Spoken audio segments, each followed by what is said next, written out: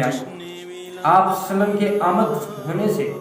وہ آتش کدا جو کہ ہزاروں سالوں سے آگ کے شعلوں میں بھڑک رہی تھی وہ یکدم سے تھم گئی۔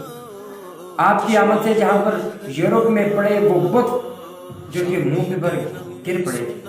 اور آج کی وہی مبارک گھڑی ہے کہ جن کے حضور کے آنے سے اس کائنات میں عورت کو عزت ملی، حضور کے آنے سے جہاں پہ بچوں کے ساتھ محبت کا رویہ اختیار کیا گیا، حضور کی آمد سے جانوروں کے ساتھ رحم اور رحمت للعالمین کا رویہ اختیار کیا گیا کہ ایک دن آپ وسلم ایک باغ میں جاتے ہیں، وہاں پہ آپ جیسے ہی جاتے ہیں تو ایک اونٹ آپ کے سامنے حاضر ہوتا ہے اور اپنی گردن نیچے جھکائے رکھتا ہے اور اس کی آنکھوں سے آنسو ٹپکنا شروع ہو جاتے ہیں۔ تو آپ وسلم اس کے مالک کو بلواتے ہیں کہ جلدی سے اس کے مالک کو بلایا جائے۔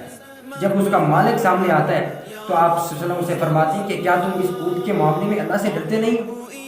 اگر تم اسے کھانا کم دیتے ہو، چارہ کم دیتے ہو تو اس کے اوپر وزن بھی کم لادا کرو۔ وہ نبی جو کہ جانوروں کی باتیں بھی سن لیا کرتے تھے،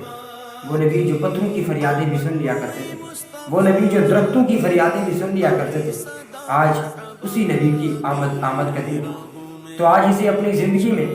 حضور کی زندگی سے کچھ نہ کچھ سیکھنے کے ساتھ حضور کی زندگی کو مکمل طور پر اپنے اوپر امپلیمنٹ کرنے کی کوشش کی جائے، کیونکہ حضرت وسلم کی ساری زندگی اگر ہم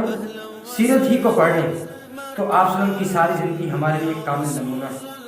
ہمیں اٹھنے بیٹھنے کا درس دیتی ہے، ہمیں تہذیب و ثقافت کا درس دیتی ہے، اور ہمیں ایک دوسرے کے ساتھ لین دین اور ایک دوسرے کے ساتھ پیار و محبت کا رویہ اختیار کرنے کا درس دیتی ہے۔ اسی طرح ایک دوسرے کو معاف کرنے کا بھی درس دیتی ہے۔ شعور کی 3 حالتیں ہیں۔ پہلی حالت پتھر کا جواب اینٹ سے دیا جائے، مینس کہ کوئی اگر آپ کو کوئی گالی دے دیتے تو آپ اس کو تھپڑ مار دیں، یہ شعور کی بدترین حالت ہے۔ شعور کی دوسری حالت یہ ہے کہ اگر کوئی آپ سے گفتگو کرے، اگر آپ کے ساتھ کوئی نازیبہ حرکات کرے تو آپ اس کے ساتھ سیم اسی طرح کا رویہ اختیار کریں، یہ اس سے بھی تھوڑی سی کم ہے۔ لیکن یہ شعور کی جو سب سے اہم اور بہترین قسم ہے، حالت ہے، وہ یہ ہے کہ اگر کوئی آپ کو تکلیف پہنچائے، اگر کوئی آپ کے ساتھ غلط معاملہ کرے، آپ کے ساتھ دشمنی رکھے، آپ کے ساتھ عداوت کرے، آپ سے نفرت کرے، تو آپ اس سے محبت کریں،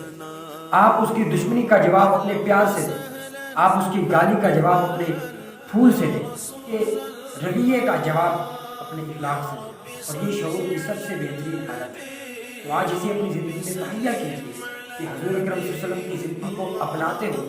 آپ کی سیرت کے مطابق چلتے ہوئے ایک اچھی زندگی گزاریں تاکہ دنیا اور آخرت دونوں میں کامیابی ہو۔ اور سب سے آخر میں اگین اینڈ اگین آپ تمام سننے والوں کو، جاننے والوں کو، محبت کرنے والوں کو عید میلاد النبی کی خوشیاں ڈھیر مبارک ہو۔ السلام علیکم۔